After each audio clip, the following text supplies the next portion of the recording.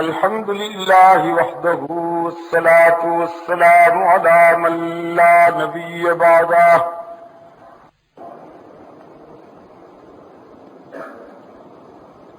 وعلى آله وأصحابه الذين أوفوا عهده الذين هم مفاتيح الرحمة ومصابيح الغرر.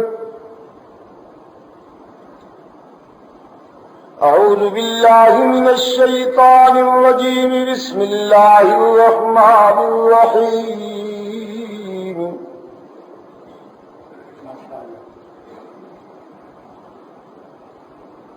الخبيثات للخبيثين والخبيثون للخبيثات والطيبات للطيبين والطيبون للطيبات أولئك مبرؤون مما يقولون لهم مغفرة ورزق كريم. صدق الله مولانا العظيم.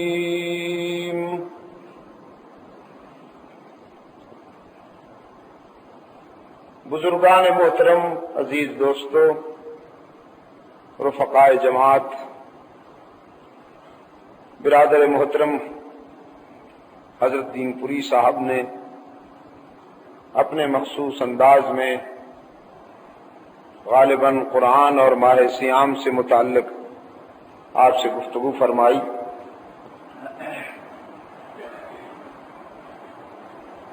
ماہ صیام میں باہر کا سفر کرنا بڑی کڑی آزمائش ہوتا ہے، لیکن ہم جماعتی رفقا سے رابطے اور دوسرے جماعتی تقاضوں کی تکمیل کے لیے یہ سفر کر رہے ہیں. آج کی اس نشست میں یہاں کے احباب کے تقاضے پر ہماری حاضری ہو رہی ہے، اور میں بے حد شکر گزار ہوں آپ حضرات کا کہ 20 تراویح پڑھنے کے بعد دور دراز سے آپ اس والہانہ محبت سے تشریف لائے ہیں. دل کی گہرائیوں سے دعا گو ہوں کہ اللہ آپ کو اس سے زیادہ بیداری اور اپنے فکر کی اشاعت و تقویم کے لیے فرض کی ادائیگی کا احساس عطا فرمائے. چونکہ ماہ صیام کی 17 تاریخ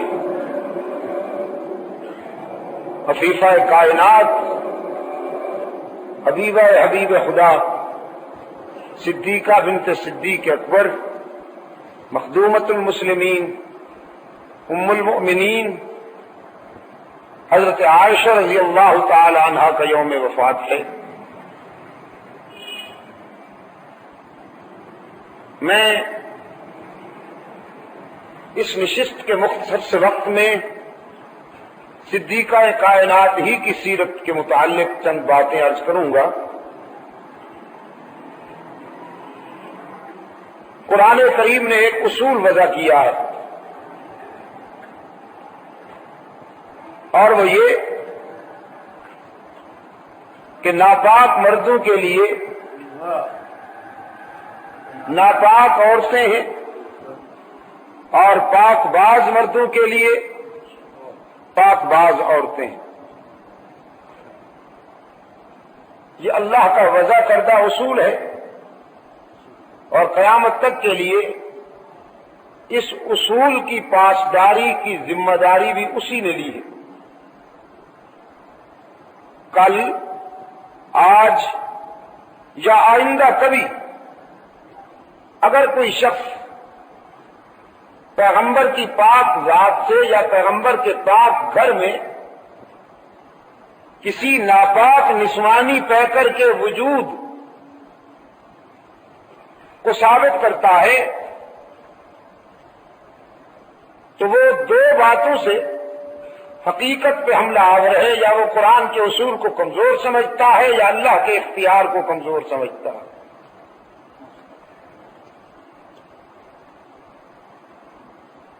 خاتون اول حضرت خدیجۃ الکبریٰ رضی اللہ تعالی عنہا، جو رسول اکرم کے ازدواجی زندگی کا پہلا رابطہ،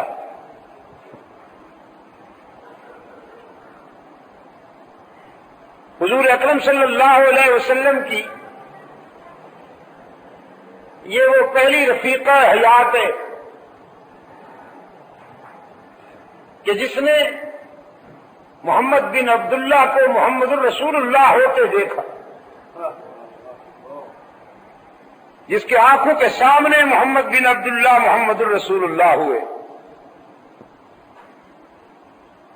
اور یہ وہ خوش نصیب خاتون ہیں انسانی تاریخ میں کہ جس کو یہ سعادت نصیب ہوئی کہ سب سے پہلے وحی کی آواز اللہ کے رسول نے سنی، اور پھر رسول کی زبان سے سب سے پہلے وہی حضرت خدیجۃ الکبریٰ رضی اللہ تعالی عنہ کے کانوں نے سنی۔ جناب خدیجہ رضی اللہ تعالی عنہ کا ازدواجی مرحلہ رسول اکرم صلی اللہ علیہ وسلم کے ساتھ بڑا تاریخ ساز ہے، اور اسلام کے دور اساسی کا یادگار زمانہ ہے۔ رحمت عالم صلی اللہ علیہ وسلم جب دل گرفتہ ہو کے آتے تو خدیجہ حضرت آقا نامدار صلی اللہ علیہ وسلم کے حوصلہ افزائی کرتی، رسول اکرم صلی اللہ علیہ وسلم کے دکھوں میں شریک رہتی، اور جھولیاں بھر بھر کے خدیجہ نے رسول اللہ کے مشن پر اپنا سب کچھ لٹایا۔ اور جب خدیجۃ الکبریٰ رضی اللہ تعالی عنہا نے اس دنیا کو خیر باد کہا اور حضور کی ازدواجی زندگی تنہائی کا شکار ہوئی تو افسردہ رہنے لگے۔ پیغمبر کی اس افسردگی کو صدیق جیسا چاہنے والا عاشق کب برداشت کر سکتا ہے؟ ابو بکر نے اس افسردگی کا علاج یہ کیا کہ اپنی لخت جگر رسول اللہ کے قدموں پہ قربان کر دی، اور جناب عائشہ محمد عربی کی آبرو بن گئی۔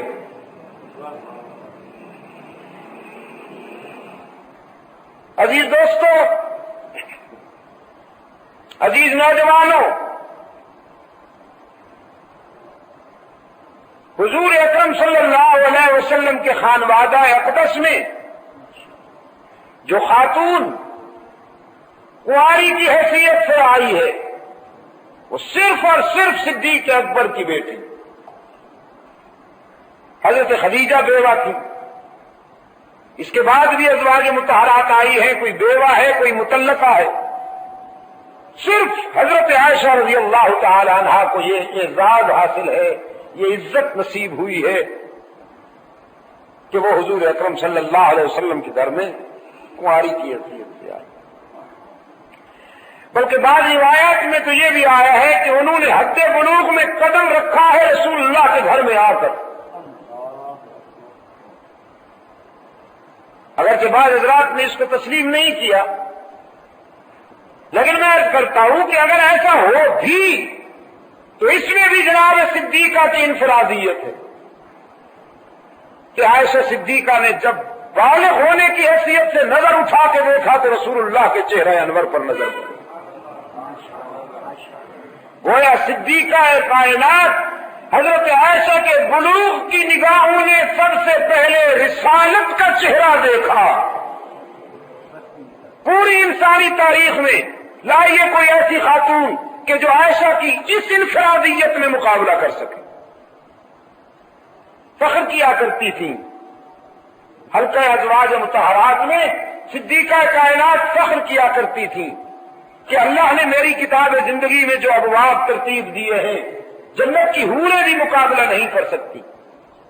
فرماتی تھی اللہ نے یہ عزت مجھے عطا کی ہے کہ میں رسول اللہ کے گھر میں کنواری کی حیثیت سے داخل ہوئی۔ قسام ازل نے یہ اعزاز مجھے بخشا ہے کہ نکاح سے پہلے رویا صادقہ میں اللہ نے اپنے محبوب کو میرا چہرہ دکھایا، کہ پیغمبر خدیجہ کے بعد میں نے یہ رفیقہ حیات تیرے لیے منتخب کی. فرماتی تھی یہ اعزاز بھی اللہ نے میرے مقدر میں لکھا کہ میرے بستر پہ کئی مرتبہ قرآن اترا اور وحی کی بارش ہوئی. یہ اعزاز بھی قسام ازل نے میرے ہی مقدر میں لکھا کہ مجھے کئی مرتبہ جبرائیل امین کا دیدار نصیب ہوا. میں نے اپنی ان آنکھوں سے روح الامین کو اس کی اصلی حالت میں دیکھا. پھر یہ اعزاز بھی اللہ نے مجھے عطا کیا کہ بارہا حق تعالیٰ کی طرف سے مجھے سلام آئے اور جبرائیل امین نے آ کے کہا رسول اللہ سے کہ محمد عائشہ سے کہہ دو کہ خدا سلام کہتا ہے. یہ عزت بھی صرف مجھے نصیب ہوئی.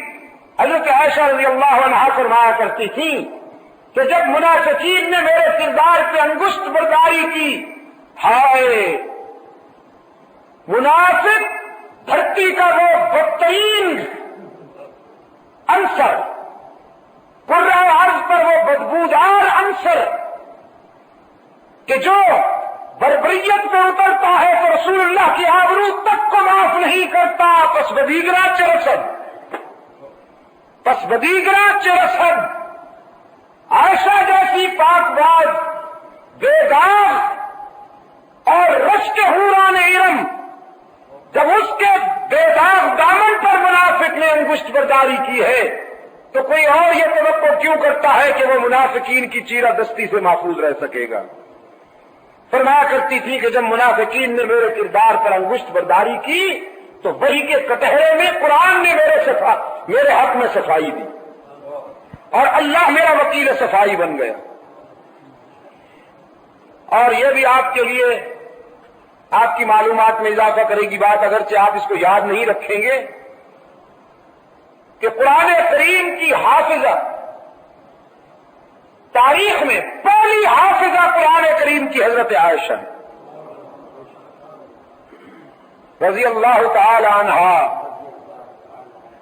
میرے عزیز دوستو، 2210 حدیثوں کی راویہ ہیں.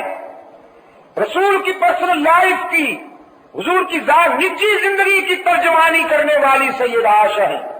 اور آج ایک دوپہر کی نشست میں میری زبان سے جملہ نکل گیا، اب اسے زندگی بھر دہراؤں گا، اتفاقاً نکل گیا. اور میں سمجھتا ہوں یہ حضرت دین پوری صاحب کی برکت تھی کہ وہ میری زبان سے جملہ نکل گیا. میں نے کہا مردوں سے، آپ بھی ملاحظہ فرمائیے، مردوں میں سے جس شخصیت نے رسول کو قریب سے دیکھا وہ صدیق اکبر ہے، اور عورتوں میں سے جس شخصیت نے رسول کو قریب سے دیکھا وہ صدیق کی بیٹی صدیقہ کائنات حضرت عائشہ رضی اللہ تعالی عنہا ہے. میرے عزیز دوستو، خلوت کے وہ لمحات، خلوت کی وہ تنہائیاں کہ جو روح الامین کو بھی میسر نہ آ سکی وہ صدیق کی بیٹی کو میسر آئی. حضرت عائشہ رضی اللہ تعالی عنہا نے ڈوب کر رسول اللہ کو جو خلوت میں دیکھا ہے کائنات انسانی میں اور کسی نے نہیں دیکھا. استاد ہیں صحابہ کی، ہزاروں صحابہ کی استاد ہیں. اور اگر آپ اجازت دیں تو کہہ دوں اس میں کوئی مبالغہ نہیں ہوگا کہ شریعت مصطفی کے وہ اساسی زاویے اور وہ اساسی خطوط کہ جن پہ ملی زندگی کی عمارت استوار ہے، اس کی بنیاد رکھنے والے صدیقہ کائنات کے ہاتھ ہیں. جس طرح کے اور صحابہ کرام کے ہاتھ ہیں، نسوانیت کے لیے اس کی بنیاد حضرت عائشہ رضی اللہ تعالی عنہا نے رکھی. تو پھر کیوں اللہ اس عفیفہ کے دفاع میں حساس نہ ہوتا؟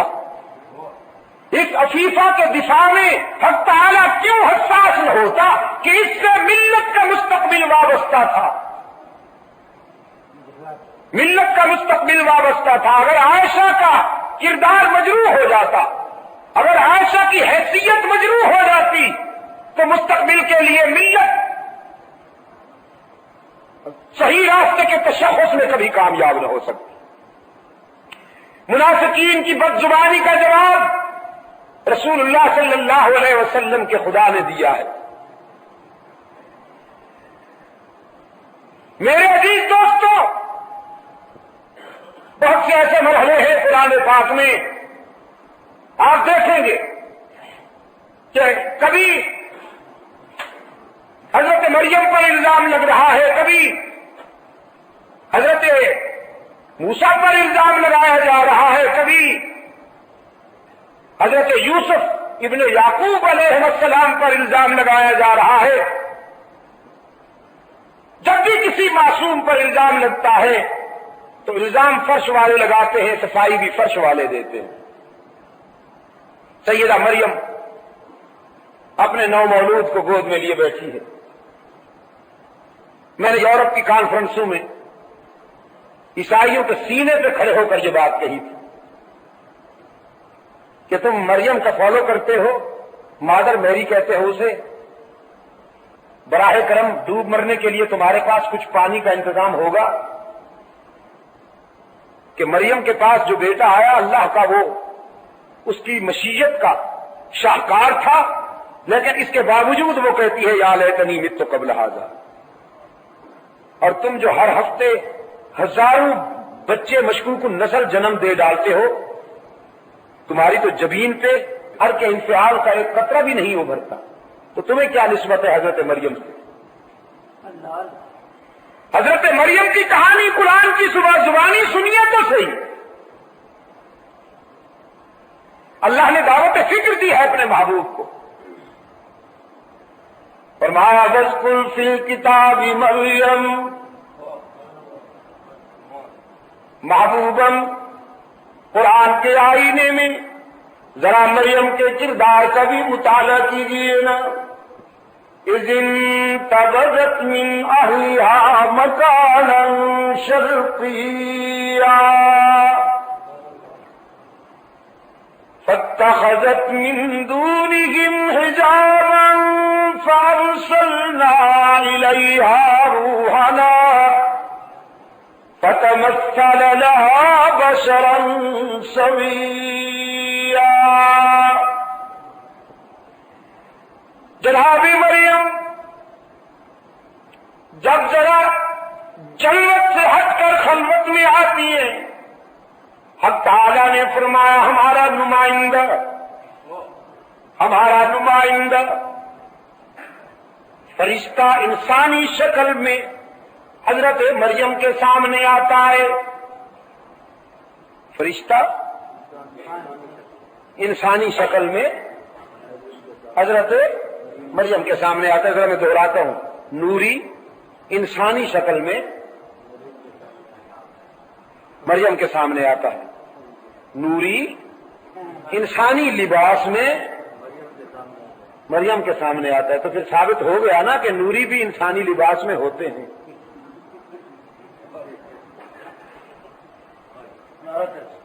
لیکن قرآن کی دیانت پہ قربان جاؤں، قرآن چور بازاروں کو معاف نہیں کرتا۔ قرآن نظریاتی چور بازاروں کا تعاقب کرتا ہے، کامیاب تعاقب۔ جب بھی کبھی نوری بشری لباس میں ظاہر ہوتا ہے، قرآن اسے مخفی نہیں رہنے دیتا۔ فتمثل لها بشرا سویا، بتا دیا کہ تھا تو نوری لیکن مصلحتاً بشر بن کے آئے۔ لیکن رسول نے تو قرآن کریم کے سفر میں قدم قدم پہ اعلان کیا ہے کہ میں نقلی بشر نہیں ہوں، اصلی بشر ہوں۔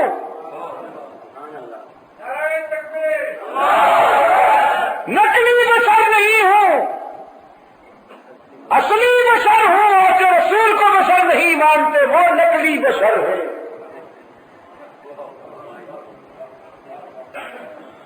وہ نقلی بشر ہیں، وہ جانور ہیں بشکل بشر۔ خیر یہ موضوع دوسرا ہے، میں ادھر نہیں جاؤں گا، صرف اتنا عرض کرتا چلا جاؤں کہ پیغمبر کے متعلق یہ کہنا کہ وہ لباس بشر میں اللہ کا نور ہے، اس سے بڑی جہالت کوئی نہیں، اس سے بڑی جہالت اور قرآن پاک کی روح کا قتل عام اس سے بڑا کوئی نہیں۔ پیغمبر چونکہ صاحب علم ہوتا ہے، پیغمبر چونکہ صاحب رشد و ہدایت ہوتا ہے، چونکہ پیغمبر مبلغ عرفان و علوم قرآنیہ ہوتا ہے، اس لحاظ سے وہ روشنیوں کا نقیب ہوتا ہے، اس لحاظ سے وہ روشنیوں کا نقیب ہوتا ہے۔ جہالت ظلم ہے، جہالت تاریکی ہے، اور علم سویرا ہے، علم اجالا ہے، جہالت تاریکی ہے۔ پیغمبر سب سے بڑا عالم ہوتا ہے تو پھر سب سے بڑا اجالوں کا مرکز ہوتا ہے، سب سے بڑا سویروں کا مرکز ہوتا ہے، لیکن ہوتا اصلی بشر ہے، پیغمبر ہوتا اصلی بشر۔ جناب مریم نے اپنے سامنے بشر کے لباس میں نوری کو پایا تو پہچان نہ سکی، کانپ گئی۔ فرمایا انی اعوذ بالرحمن منک ان کنت تقیا۔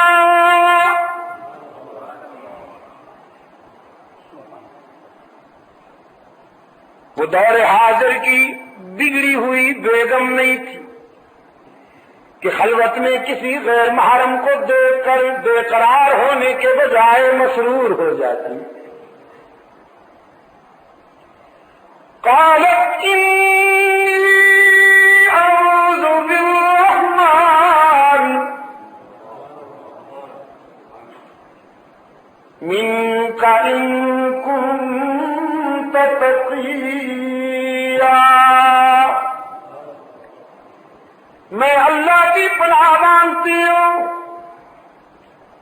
اگر تیرے دل میں خوف خدا کا کوئی بھی زاویہ ہے تو میں خدا کی پناہ مانگتی ہوں تیرے شر سے۔ اللہ کے نمائندے نے محسوس کیا کہ پاک مریم گھبرا گئی ہے تو جلدی وضاحت کی، انا رسول ربک۔ مریم گھبرائی نہیں، میں بد کردار نہیں ہوں، اللہ کا فرشتہ ہوں۔ انا رسول ربک لأہب لک غلاما زکیا۔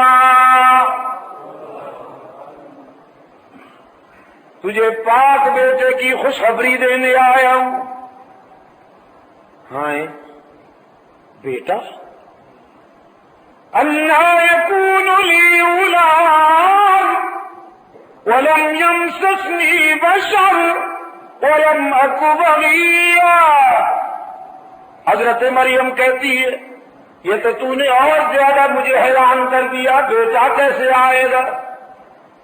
آج تک میں تو کسی بشر کے قریب نہیں گئی، میں بد کردار نہیں ہوں، بیٹا کیسے ہوگا؟ میری شادی نہیں ہوئی۔ حق تعالیٰ کے نمائندہ نے فرمایا کذالک، رب العالمین کا فیصلہ ہے، چٹکی میں ہو جائے گا۔ قال کذالک قال ربک، نہیں کذالک ہو جائے گا، لیکن کیسے ہوگا؟ یہ جو آپ یوں کہتے ہیں کیسے ہوگا؟ فرمایا ربک هو علی ہین ولنجعلہ آیہ۔ حق تعالی نے عطا کرنا ہے، کسی مجاور نے تو نہیں، کسی تعویذ فروش گدی نشین جبے زلفاں والی سرکار نے تو نہیں دینا، پروردگار نے دینا ہے۔ یہاں پھیرے نہیں ڈالنے پڑیں گے، نذرانے لانے کی مدتیں نہیں گزارنی پڑیں گی۔ رب کائنات جب کسی امر کا فیصلہ کر لیا کرتے ہیں، اذا اراد شیئا ان یقول له کن فیکون۔ حق تعالیٰ نے تیرے بطن سے پیدا ہونے والے بچے کو قیامت تک کے لیے انسانوں میں اپنی تخلیق کی نشانی بنانی ہے۔ قرآن پاک کہتا ہے جناب مریم کو آثار محسوس ہونے لگے، بچے کے آثار محسوس ہونے لگے تو تنہائی میں آئی، فحملته فانتبذت به مكانا قصيا فأجاها المخاض إلى جذع النخلة، ویرانے میں آ کر ایک سوکھی ہوئی کھجور کے تنے کے ساتھ ہارے ہوئے جرنیل کی طرح تکیا لے کے بیٹھ گئی، ہارے ہوئے جرنیل کی طرح تکیا لے کے بیٹھ گئی اور ماں کو پکڑ کے رونے لگتی ہے، کہتی ہے یا لیتنی مت قبل ھذا وکنت نسیا منسیا۔ خداوندہ، اس دن سے پہلے مریم مر چکی ہوتی، میرا وجود بھی نہ رہا ہوتا، نام و نشان ہی نہ رہا ہوتا، بیٹا پیدا ہوگا قوم کو کیا منہ دکھاؤں گی۔ رب العالمین نے فرمایا مریم ہم نے جب یہ فیصلہ کیا ہے تو پھر تیری آبرو کو بھی ہم بچائیں گے نا، پریشان کیوں ہوتی ہے؟ فناداها من تحتها ألا تحزني، حضرت مریم کو پکارا گیا، گھبرائیے نہیں، ہم تیری آبرو کے محافظ ہیں۔ تو کہتی ہے نا قوم کو کیا جواب دوں گی، تو قوم کے پاس جانے کی ضرورت ہی نہیں، بس تو یہاں بیٹھی رہو ویرانے میں۔ پھر کھانے پینے کی بات ہے، قد جعل ربک تحتک سریا وہزی الیک بجذع النخلۃ تساقط علیک رطبا جنیا، تیرے قدموں میں ہم نے چشمہ پیدا کر دیا اور اسی سوکھی ہوئی کھجور کے تنے کو ہلائیے تو صحیح، یہ تازہ کھجوریں پیش کرو گی۔ فکلی، زندہ رہنے کے لیے کھانا ضروری ہے یا پینا؟ پینا، جزاک اللہ۔ اگر کھانا نہ ملے تو آدمی کچھ دیر رہتا ہے، لیکن پانی بہت ضروری ہے نا۔ قرآن کی فصاحت کے صدقے جاؤں، جب زندہ رہنے کی بات تھی تو پہلے پانی کا ذکر آیا، قد جعل ربک تحتک سریا۔ کراچی میں پانی بند ہوا۔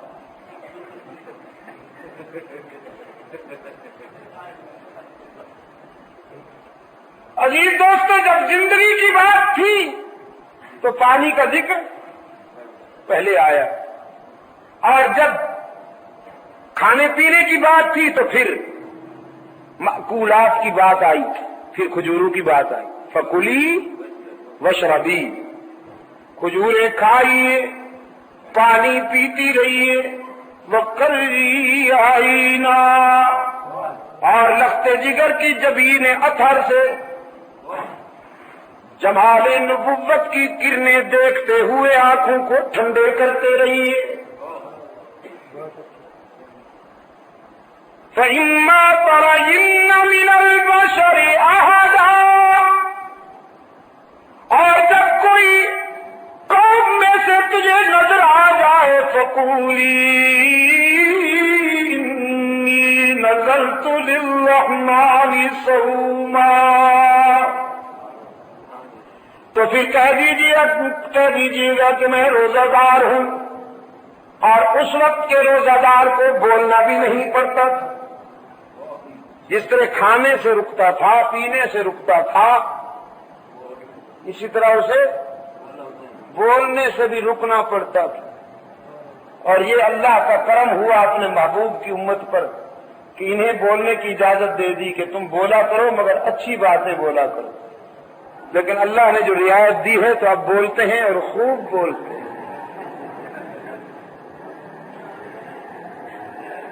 فإما ترين من البشر أحدا فقولي إني نذرت للرحمن صوما، تو پھر کہہ دیجیے گا کہ میں نے اللہ کے ساتھ نظر مانی ہے روزے کی. نظر تو میں نے نظر مانی ہے کس کی؟ اللہ کی. کون کہہ رہی ہے؟ جناب مریم کہہ رہی ہے نظر مانی ہے کس کی؟ اللہ کی.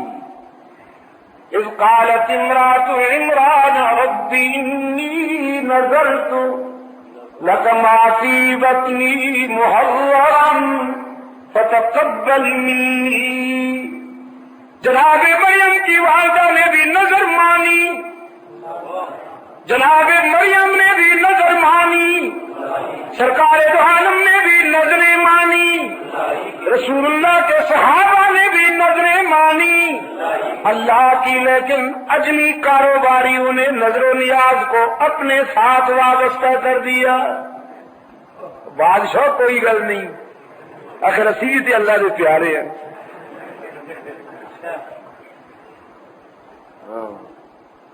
اجڑی ہوئی شخصیت آ جاتی ہے دروازے پر، نظر اللہ حسین. اجڑی ہوئی شخصیت آ جاتی ہے دروازے پر، نظر اللہ حسین. ویسے ہے بڑا ہوشیار، آپ کی جیب کو بھی خالی کر جاتا ہے اور اپنے فکر کی خدمت بھی کرتا رہتا ہے بہت ہوشیار. اس اجڑے ہوئے سنی سے تو بہرحال یہ ملنگ اور یہ گداگر جو ہے وہ بھی بہتر رہا. یہ بیچارہ سن ہو کے اسے پتہ ہی نہیں. میں کہتا ہوں پرسنٹیج کیا ہوگی اس وقت سوسائٹی کی، معاشرے کی پرسنٹیج کیا ہوگی؟ کتنے لوگ ہیں اہل سنت میں سے جن کو یہ پتا ہو کہ رمضان مبارک کی 17 تاریخ کو حضرت عائشہ کا یوم وفات؟ پتا ہوگا کسی کو؟ احساس ہوگا؟ مان لیجئے نا، کوئی بات نہیں ہوگا نا. میرے عزیز دوستو، نظر کس کی مانی جائے؟ اللہ ہی کی. نمک حلال ہمیشہ اسی کی نظر مانتے ہیں.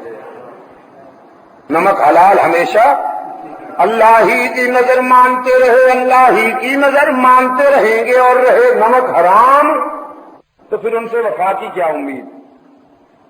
ہرجائیوں سے وفا کی کیا امید؟ قرآن پاک نے فرمایا فاتت به قومها تحمل.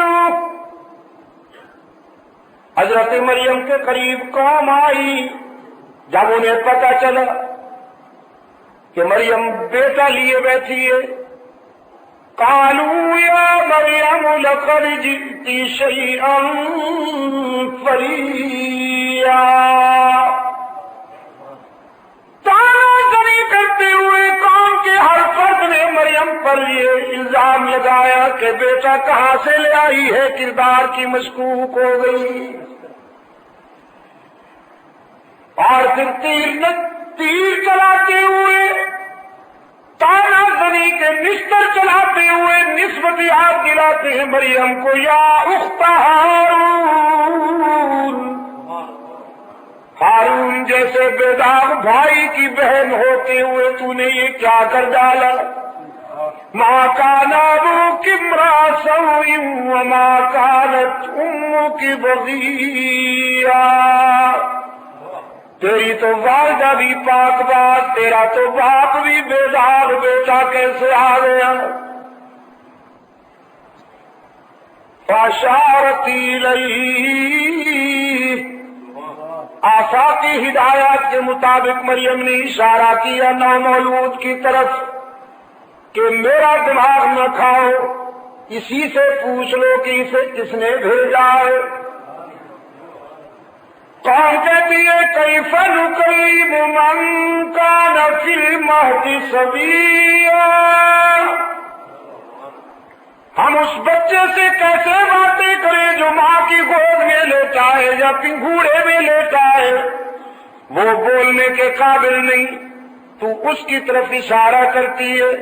خود کیوں نہیں بتاتی؟ ہم تو تجھ سے ہی پوچھ کر رہیں گے۔ رب العالمین نے فرمایا عیسیٰ اگرچہ اس عمر میں بچے نہیں بولا کرتے، آج تجھے بولنے کی ضرورت ہے تو بول، اور بول بھی یوں کہ تیری گفتار تاریخ میں مثال بن جائے۔ جناب عیسیٰ علیہ السلام بولے، فرمایا انی عبد اللہ،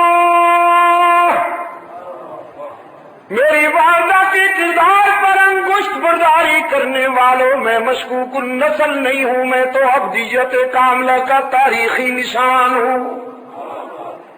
انی عبد اللہ آتانی الکتاب وجعلنی نبیا وجعلنی مبارکا اینما کنت وأوصاني بالصلاة والزكاة ما دمت حيا وبرا بوالدتي ولم يجعلني جبارا شقيا۔ حضرت مریم کے لیے وکیل صفائی کی حیثیت سے عیسیٰ علیہ السلام بولے، لیکن وہ عیسیٰ کی ماں مریم تھی۔ اب آئیے اپنی ماں مریم اسلام کی مریم کی کہانی بھی سنیے۔ جب مدینہ کے گلی کوچوں میں منافق کہتے پھرتے تھے کہ ابو بکر کی بیٹی کا کردار مشکوک ہے، محمد کی گھر والی کا کردار مشکوک ہے، کہتے تھے ان کی روحانی نسل آج بھی جو خود خاندانی مشکوک النسل ہے وہ آج بھی سیدہ عائشہ رضی اللہ عنہا کے متعلق یہی خیال رکھتے ہیں۔ بنی المصطلق کے غزوہ کے واپسی کے موقع پر حضرت عائشہ رضی اللہ تعالی عنہ فرماتی ہیں میری آزمائش اور امتحان کا وقت آوے کہ منافقین نے ایک سوچی سمجھی اسکیم کے تحت میرے خلاف پراپگنڈا مہم چلائی۔ میرے آقا سخت ملول و حزین ہو کر گھر تشریف لائے۔ فرماتی ہیں میں نے رسول اللہ کی جبین کو پڑھتے ہی محسوس کر لیا کہ آقا کسی گہرے الم میں گہرے حزن میں مبتلا ہے۔ فرماتی ہے ہاں رمز شناس نبوت جو ہوئی، میں نے سلام عرض کیا تو رسول اللہ نے چہرہ پھیر لیا۔ حضرت عائشہ دوڑتی ہوئی اس طرف آ گئی جس طرف حضور نے چہرہ پھیرا تھا، پھر رہی طلب نگاہوں سے آقا کی طرف دیکھتے ہوئے سلام عرض کیا تو حضور نے انتہائی غم و حزن کی کیفیت میں چہرہ دوسری طرف پھیر لیا۔ سیدہ عائشہ فرماتی ہیں میری سمجھ میں نہیں آ رہا تھا کیا معاملہ ہے، تو پھر رسول اللہ صلی اللہ علیہ وسلم کی خاموش نگاہوں نے مجھے بہت کچھ سمجھا دیا، اور میں نے اپنے آقا سے اجازت چاہی، اگر آپ اجازت دیں تو اپنے ابا کے گھر چلی جاؤں۔ فرماتی ہیں خیال تھا کہ وہاں جا کے معلوم کروں گی کیا صورتحال ہے، میرے آقا کیوں محزون اور پریشان ہیں۔ حضور اکرم صلی اللہ علیہ وسلم نے سکوت اختیار فرمایا۔ صدیقہ سمجھ گئی کہ اجازت ہو گئی، گھر تشریف لاتی ہے، لیکن فرماتی ہے یہاں آتے ہی میں نے منظر دیکھا کہ ابا جان بھی قرآن کریم کی تلاوت کرتے ہوئے اشک بار ہیں، اور ماں تو رو رو کر نڈھال ہو چکی ہے۔ میں نے باپ سے بھی پوچھا، ماں سے بھی پوچھا کہ میرے آقا کیوں محزون ہیں، وہ بولے تو کچھ نہیں، لیکن برستی ہوئی آنکھوں سے بتا دیا کہ ہم کب خوش ہیں، لیکن صورتحال کا پتہ نہ چلا۔ فرماتی ہے پھر مجھے مصطح کی زبانی صحیح صورتحال معلوم ہوئی کہ منافقین نے میرے خلاف انتہائی گھنانا الزام لگایا۔ تو حضرت عائشہ فرماتی ہیں فرتے احساس میں حدت میں مبتلا ہو گئی، مجھے بخار ہو گئے، مسلح اٹھا کر گھر کے اس حصے میں تشریف لے جانے لگی جس حصہ میں مکمل تنہائی اور خاموشی تھی، والدہ نے اپنی بیٹی کو گھر کے کونے کی طرف جاتا دیکھا تو گھبراتی اٹھی کہ کہیں بیٹی میری اپنی جان نہ لے لے، کوئی سنگین فیصلہ نہ کر ڈالے۔ غمزدہ ماں نے حضرت عائشہ سے پوچھا بیٹی کہاں جاتی ہو؟ صدیقہ کائنات نے فرمایا بیٹی اماں جان آپ آرام سے بیٹھے رہیے، ہائی کورٹ ناراض ہو گیا ہے، میں ذرا سپریم کورٹ کا دروازہ کھٹکھٹانے جا رہی ہوں، میں اس کے در پہ اپیل کرنے جا رہی ہوں جہاں کسی کی اپیل رائے گاہ نہیں جاتی۔ فرماتی ہے مصلی بچھا کر سر بسجود ہو گئی اور رب العالمین کے حضور آنسو کی برسات میں التجا کی۔ او مظلوموں کے دستگیر، او مجبوروں کے مشکل کشا، او کمزوروں کا ساتھ دینے والے داتا، تو نے یوسف پر لگائے جانے والے الزام کی صفائی کے لیے اعلان کیا، تو نے موسیٰ پر لگائے جانے والے الزام کی برات کا اہتمام کیا، تو نے مریم پر لگائے جانے والے الزام کی صفائی کا اہتمام کیا، تو پھر دیکھا تیرے محبوب کی حمیرہ بھی اشک بار آئی ہے۔ آج میں بھی روتی ہوئی تیرے در پہ حاضر ہوں اور اس وقت تک سر نہیں اٹھاؤں گی جب تک میرے الزام کی برات کا اعلان نہ ہو جائے گا۔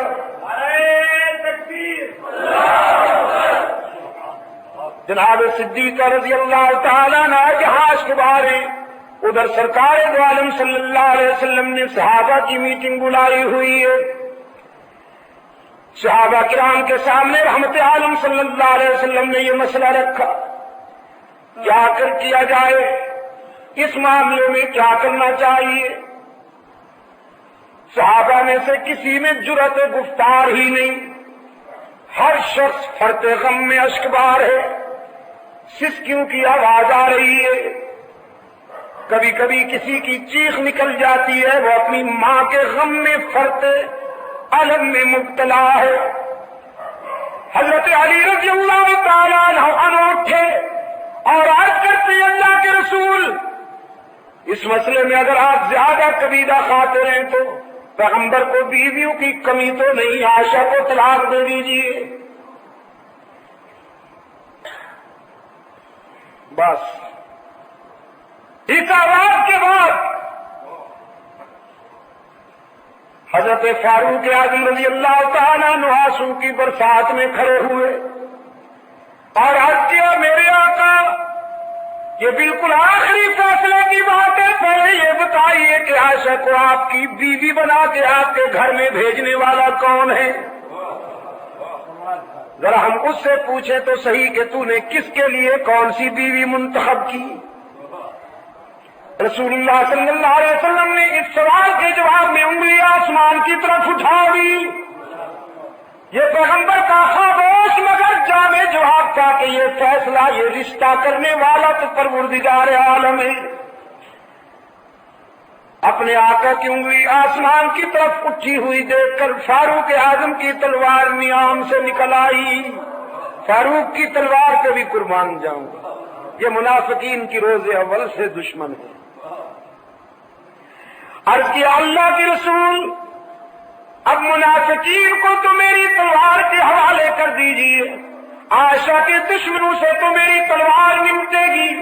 اس عفیفہ کو جس شخصیت، جس ذات نے سوچ سمجھ کے آپ کے گھر میں بھیجا تھا، آپ کے گھر سے نکالنے کا اختیار بھی اسی ذات کو ہے۔ آپ انتظار فرمائیے کہ وہاں سے کیا فیصلہ ہوتا ہے۔ رسول اللہ صلی اللہ علیہ وسلم نے فرمایا جزاک اللہ ابن خطاب، تو نے تو میرے دل کی ساری گرانی دور کر دی، اب میں بھی اسی کے فیصلے کا منتظر ہوں، تم بھی اسی کے فیصلے کا انتظار کرو۔ میٹنگ برخاست ہو گئی اور رحمت عالم صلی اللہ علیہ وسلم یہاں سے اٹھ کر سیدھے خانوادہ صدیقی میں آئے۔ ہمارے دروازے پر ہمیں کیوں چھیڑتے ہو؟ رسول اکرم صلی اللہ علیہ وسلم نے فرمایا ابو بکر کے گھرانے والوں دروازہ کھولو نا، تمہارے دروازے پر آسمان رسالت کا سراج منیر آیا ہے۔ پیغمبر کی آواز سن کر حضرت عائشہ رضی اللہ تعالیٰ عنہ کی والدہ دوڑتی ہوئی آئیں، دروازہ کھولا تو عبداللہ کا یتیم، آمنہ کا لال صلی اللہ علیہ وسلم رش کے ماہتاب و آفتاب دروازے پر موجود ہیں۔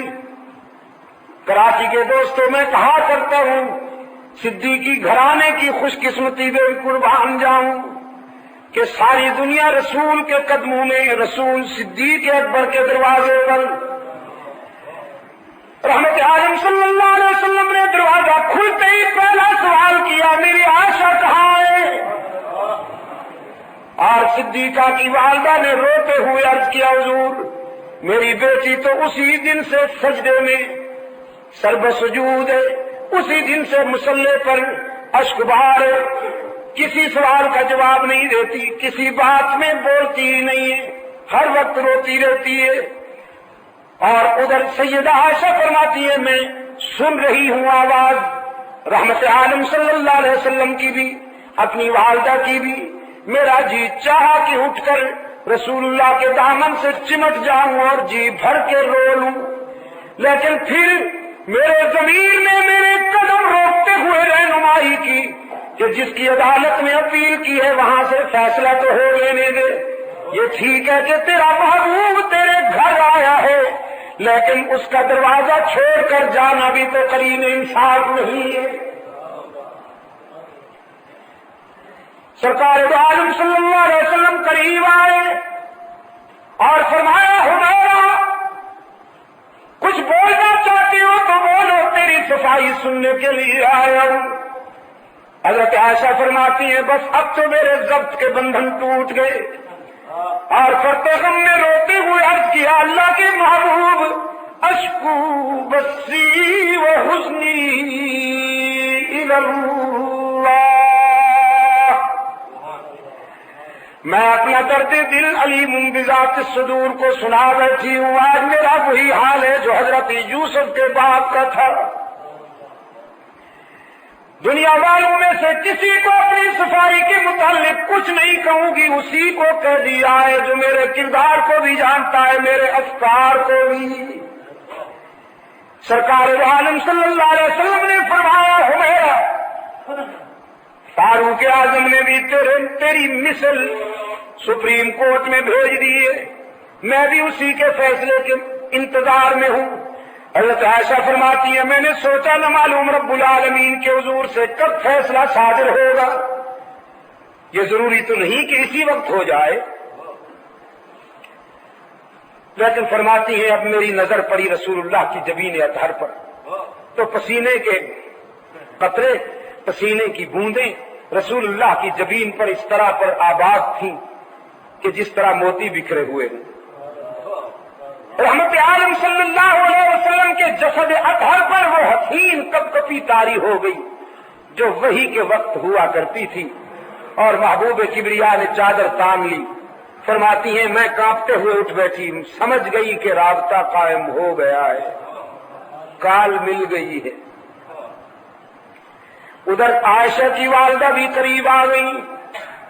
اب یہ دونوں غمزدہ ماں بیٹیاں لرزہ برندہ میں، فرط احساس میں کہ عرش بری سے نہ معلوم کیا فیصلہ ہوتا ہے، اور ادھر سراپا نبوت لرزہ برندام ہے فرط وحی میں۔ کچھ دیر کے بعد حضور اکرم صلی اللہ علیہ وسلم نے اپنے چہرہ انور سے چادر اٹھائی۔ حضرت عائشہ فرماتی ہیں میں نے غور سے نبی کا چہرہ پڑھا تو نظر پڑتے ہی میرے ضمیر نے فیصلہ دے دیا کہ تیری شام غم ختم ہو گئی، اس لیے کہ رسول کے چہرے پر حزن و اضطراب کے بجائے راحت اور مسرت کی روشنی نمودار تھی۔ چادر سے رسول اللہ کا چہرہ یوں نمایاں ہوا، یوں باہر آیا جیسے بادلوں کی گھٹا سے 14ویں کا چاند نکل آتا ہے، اور سرکار دو عالم صلی اللہ علیہ وسلم نے فرمایا بنت صدیق ابو بکر کی بیٹی میں تجھے خوشخبری سناتا ہوں کہ عرش بری سے تیری تطہیر کا اعلان ہو گیا، حق تعالی نے تیری برات کا اعلان کر دیا۔ فرماتی ہے میں نے سوچا کہ اللہ نے اپنے محبوب کے دل میں میری برات القاء کر دی ہوگی، یہ تو مجھے خیال بھی نہیں تھا کہ میری برات میں اور میرے دفاع میں پوری سورت نازل ہوئی ہے اور 18 آیتیں اتری۔ اب رسول اکرم صلی اللہ علیہ وسلم کی زبان پر قرآن کریم کی آیات مچلنے لگی۔ فرمایا الخبیثات للخبیثین والخبیثون للخبیثات والطیبات للطیبین والطیبون للطیبات۔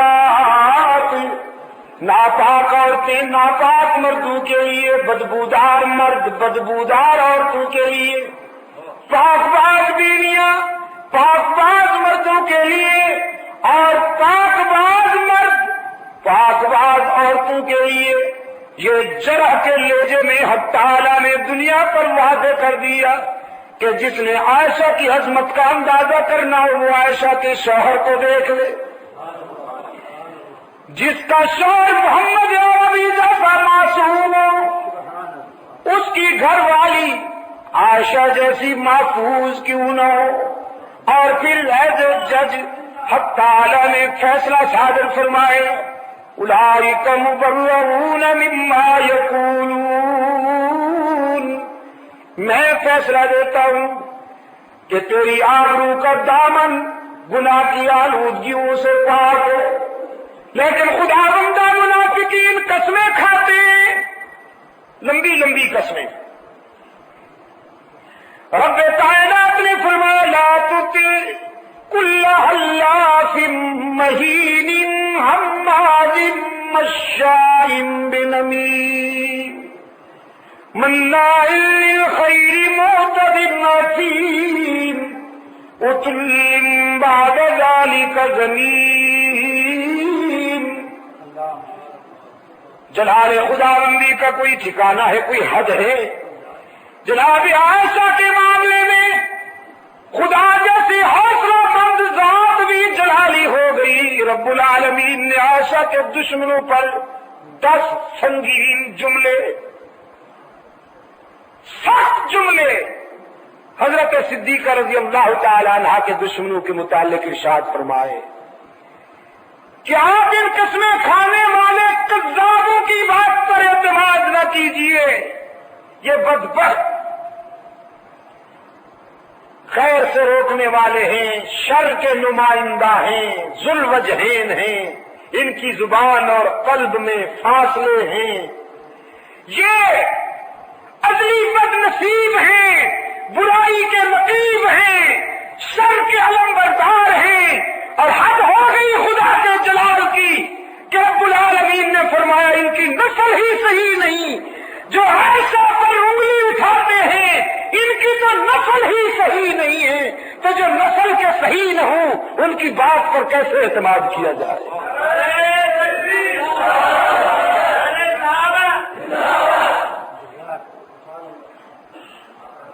جناب صدیقہ کی والدہ نے عرض کیا بیٹی اپنے شوہر کا شکریہ ادا کرو۔ حضرت عائشہ فرماتی ہے پتہ نہیں آج مجھے کیا ہو گیا، میں نے ماں سے کہا ان کا شکریہ ادا کروں جن کے گھر سے روتی ہوئی آئی تھی، اب مجھے اس کا شکریہ ادا کر لینے دے جس نے میرے آنسو اپنے دامن رحمت سے پوچھ لیے۔ سجدے میں چلی گئی اور عرض کیا میرے معبود میری برات کا اعلان تو ہو گیا لیکن اتنی راتیں روتی رہی ہوں، کچھ آنسو کا معاوضہ بھی تو ملنا چاہیے نا۔ حق تعالیٰ نے فرمایا اولئک مبرؤون مما یقولون لهم مغفرۃ ورزق کریم۔ صرف عائشہ کے لیے ہی نہیں بلکہ صدیقہ کے اس علم میں مبتلا ہر آنکھ کے لیے جو آنکھ بھی عائشہ کے اس غم میں اشک بہار ہوئی، رب العالمین نے فرمایا میں نے ان کے لیے بہترین رزق تیار کیا۔ حق تعالی نے فرمایا ہمارا میرے محبوب کی رفیقہ حیات منافقین تجھے پیغمبر کے قدموں سے جدا کرنا چاہتے ہیں، وہ نبوت و صداقت میں اختلاف پیدا کرنا چاہتے ہیں، وہ نبی و صدیق میں رفت پیدا کرنا چاہتے ہیں۔ اس کردار کشی کی جو مہم ہے نا، اس کا مقصد یہ تھا کہ کسی سے نبی و صدیق کے مابین رفت ہو جائے، لیکن رب العالمین نے فرمایا عائشہ قیامت تک تجھ سے محمد جدا نہیں ہوگا، جب اس دنیا سے رخصت ہوگا تو تیری گود سے روانہ ہوگا، پھر تیرے حجرے میں دائمی بسیرا کر لے گا، اور جب حشر میں رسول اللہ اٹھیں گے تو تو اپنے آقا کی انگلی پکڑ کر حشر میں اٹھے۔ میرے عزیز دوستو، اس انفرادیت میں بھی جناب صدیقہ کا کوئی ہمسر نہیں ہے قیامت تک، کہ جب اس کے کردار پر منافقین انگلی اٹھاتے ہیں تو اس کے دفاع میں قرآن بولتا ہے، قرآن کہ تیری پاکیزگی پر نطق فطرت نے شہادت دی، تیری پاکیزگی پر نطق فطرت نے شہادت دی، تجھے عظمت عطا کی عافیت بخشی فضیلت دی، خدا علم یزل کا بارہا تجھ پر سلام آیا، مبارک ہے وہ لب جن پر ادب سے تیرا نام آیا، اور رسول اللہ نے رکھا ہے صدیق کا لقب تیرا، رسول اللہ نے رکھا ہے صدیق کا لقب تیرا، فقط فرشی نہیں عرشی بھی کرتے ہیں ادب تیرا، اور شرف تیرے دوپٹے نے یہ جنگ بدر میں پایا۔ غزوہ بدر میں جب اسلامی عسکر کا علمبردار حضرت مصعب بن عمیر شدید گھائل ہو کر گر گئے اور پرچم اسلامی بھی گر گیا، تو رضاکاروں نے اپنے آقا کے حضور عرض کیا کہ اللہ کے رسول پرچم بھی گم ہو گیا ہے، علمبردار بھی زخمی ہو گیا ہے، تو اب فرمائیے کس کپڑے کو اسلام کا پرچم بنا کے بلند کیا جائے اور کون اس پرچم کو اٹھائے؟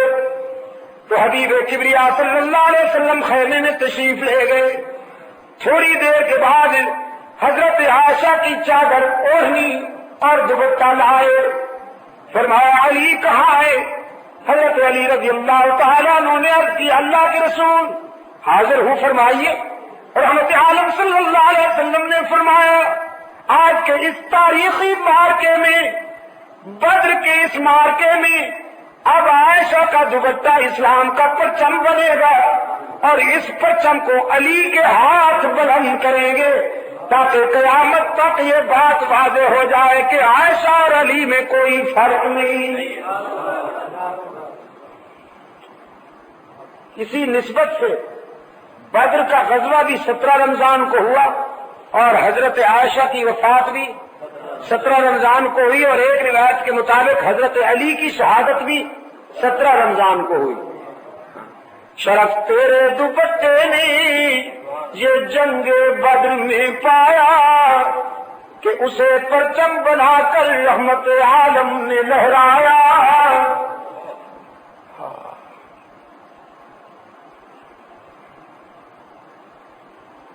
میرے عزیز دوستو،